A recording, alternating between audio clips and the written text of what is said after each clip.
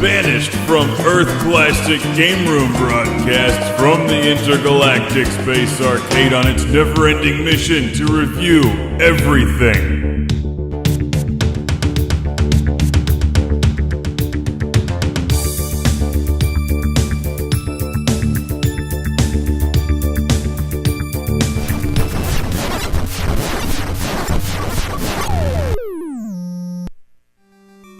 Welcome to Classic Game Room. It's a new year and a great day to review Metroid on the Nintendo Entertainment System, released in 1986.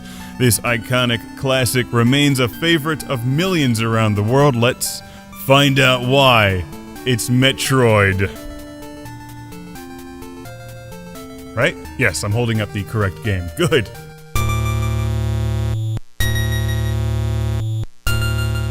The ominous music still sounds good and brings back some memories. Let me tell you a story about the time a friend of mine down the street got his NES.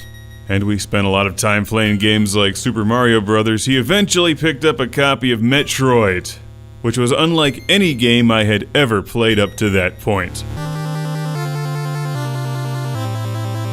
It was basically Alien in video game form, and Alien was one of my favorite movies. Even back then, it scared the hell out of me. Metroid certainly pays its respects to Alien in many, many ways. Now, as I'm recording this in 2085, most of you watching have probably played this game or are at least familiar with it. Maybe it doesn't even seem all that special to you, but back in 1987 or 88 when this was new, it was revolutionary because, for starters, it did away with the scoring that was so common in most games coming out of the arcade era. Metroid isn't about getting a high score, it's about survival. It literally drops you off in the middle of this dark cavern surrounded by enemies with barely any health and a wimpy gun. You have no idea where to go. So obviously you head left and pick up the thing that allows you to roll, which gives you access to the next area and a glimpse of this massive game in front of you, which was very, very uncommon back in the day, as was a password system or even the need for a password system. Most adventure games in the mid-80s were like Pitfall, games that cleverly made it seem like you were going somewhere, but really you were just going in circles and scoring big points. Metroid, on the other hand, is completely different. You are going somewhere, usually down into the depths of the unknown, and it's terrifying. There's no hope of earning some extra lives because you only have one, plus the addition of a password save system, which was an incredible pain in the ass to write down and then type back into the NES. They're really long codes. But I can't even remember how many days we would just run around in the darkness and maybe occasionally find one of the hidden passages or a missile or health upgrade. The game seemed endless at the time.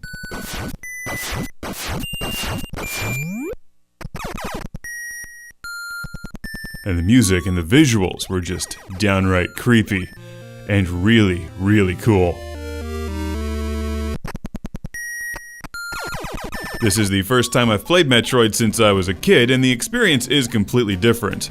Primarily because so much of this game has now become pop culture. You know what to expect when you play Metroid now. If you get stuck, a map is only a few button clicks away on the internet. But it's still really tough. If you get killed, you'll lose most of your health when you respawn and have to find some place to grind and get it all back. Also, the boss battles are extremely challenging. I still love the level design and the art design and the character design in Metroid, but what really gets me is all the hidden stuff. How did we find this back in the day?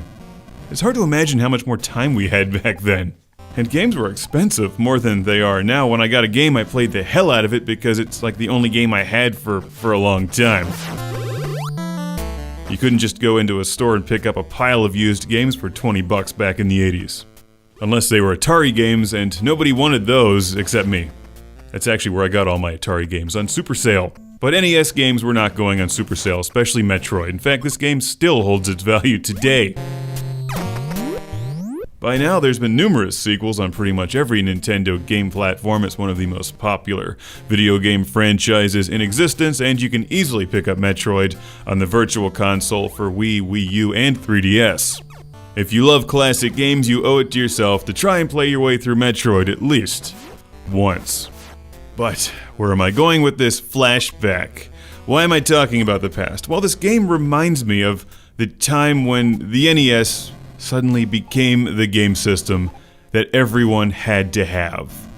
And there's nothing I can compare it to today. There's no modern equivalent of the NES and what this did to the world and all of my friends around me in 1986 or 87, when everybody else had an NES but me.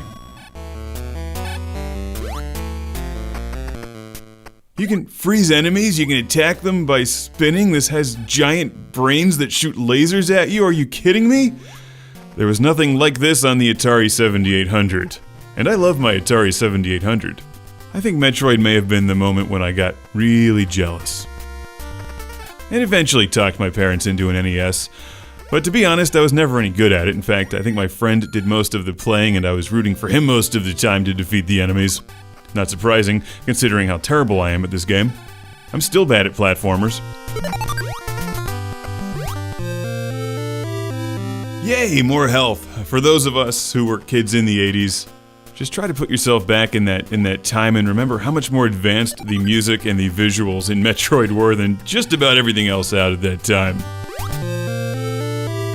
You know what this game actually reminds me of is Thexter. One of my personal favorites. In Thexter, you're also exploring giant dark caverns filled with enemies, except you're a transforming robot, so you're really powerful. In Metroid, you're always outgunned. Always.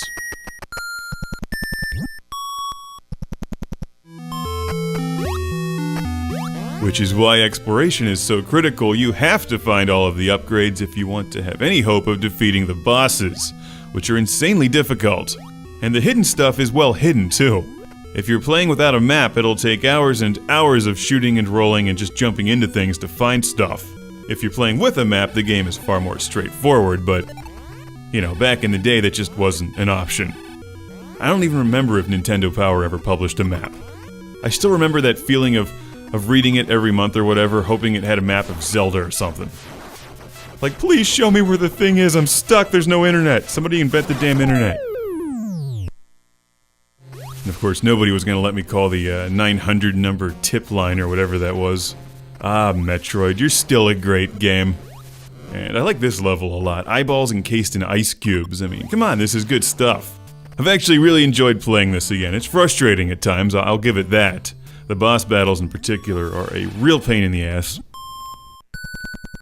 And while the ending of Metroid is pretty well known by now, I mean, the character has gone on to do many other things, and she's also married to Casey Munchkin. At the time, it was another one of those mind-shattering, life-altering kind of things. Like, what? You mean it's a girl? Sorry, I guess that was a spoiler. But how about this one? Ms. Pac-Man is a man.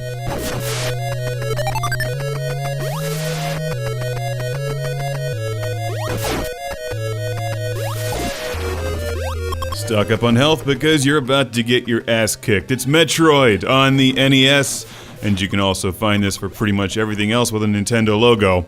It's one of the all-time greats. Suit up and explore. Just don't forget your sports bra.